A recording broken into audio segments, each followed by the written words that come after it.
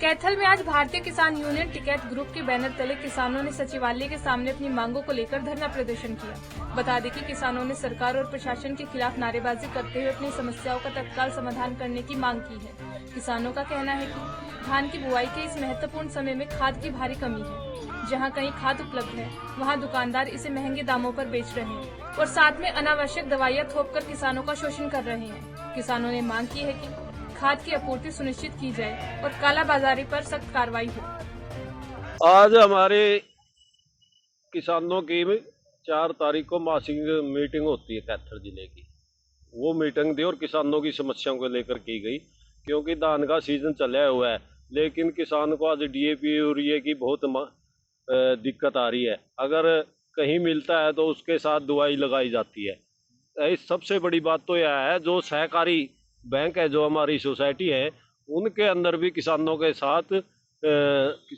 साथ धोखा किया जा रहा है। डीएपी यूरिया लेने जाते हैं तो वहाँ नैनो यूरिया या उसके साथ दवाई लगाकर या और प्रोडक्ट लगाकर किसान को दिया जा रहा है, जिससे एक तो ये समस्या है किसानों की, इसको लेकर के इकट्ठे हुए हैं। दूसरी समस्या है जी, धान का सीजन है, बारिश हमारे कैथल जिले में ना के बराबर हुई है। ट्रांसफार्म जड़े पड़े हैं किसानों के, लेकिन वो कई दिन तक किसानों को ट्रांसफार्म नहीं मिल रहे। भाई वो जल्दी से जल्दी उपलब्ध कराए 24 घंटे के अंदर।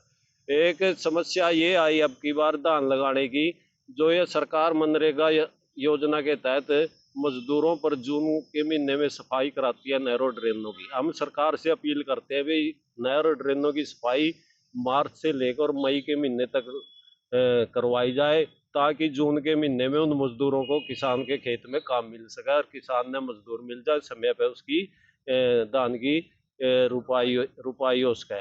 कई गांवों के अंदर बिजली के कट लगते हैं और गर्मी पूरे जोरों पर है। गाँव के अंदर मच्छरों की भरमार हो रही है।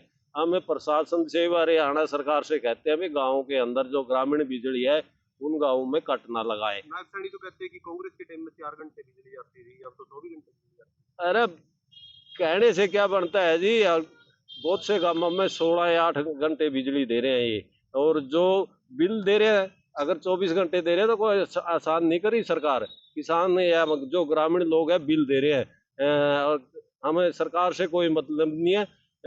कांग्रेस के राज में भी बिजली की व्यवस्था ठीक थी, इतनी वो नहीं थी भाई, जमे बिल्कुल नहीं थी, चलती रहती थी। लेकिन अब जो बीजेपी वाले ने जितने वादे किए, जितने नारे किए, उन पे कहीं भी खरी नहीं उतरी है, जिससे किसान परेशान होकर दोबारा फिर सड़कों पर आए। के दाम भी बढ़ाए गए हैं। ये एक जाति की है, किसानों के साथ महंगाई बहुत हो रही है। इससे पहले ही खाद और बीज और दवाई की महंगाई से मार पड़ रही है, और साथ में ये बिजली का रेट बढ़ा के और मार दी किसानों के या ग्रामीण हल्के में जो हमारे भाई रहते हैं उनके ऊपर। तो हम सरकार से कहते हैं भाई दिल्ली भी तो है, जहाँ केजरीवाल 300 यूनिट फ्री, पंजाब में भी फ्री है, तो हरियाणा का किसान भी भारत के अंदर है। तो एक देश में 2 कानून क्यों भाई, कानून तो एक होना चाहिए। आज ये डीसी मैडम को ज्ञापन देंगे, सीएम के नाम देंगे। जो किसानों पे आंदोलन के दौरान मुकदमे दर्ज हुए हैं वो भी नहीं वापिस हो रहे, वो भी दर की ठोकरें खा रहे हैं। पुलिस उनको किसानों को परेशान कर रही है। हम प्रशासन से और सरकार से अपील करते हैं भाई ये मुकदमे वापस लिए जाए, और नहीं फिर किसान दोबारा फिर आंदोलन करने पर मजबूर होगा, जिसकी सरकार और प्रशासन की जिम्मेवारी होगी।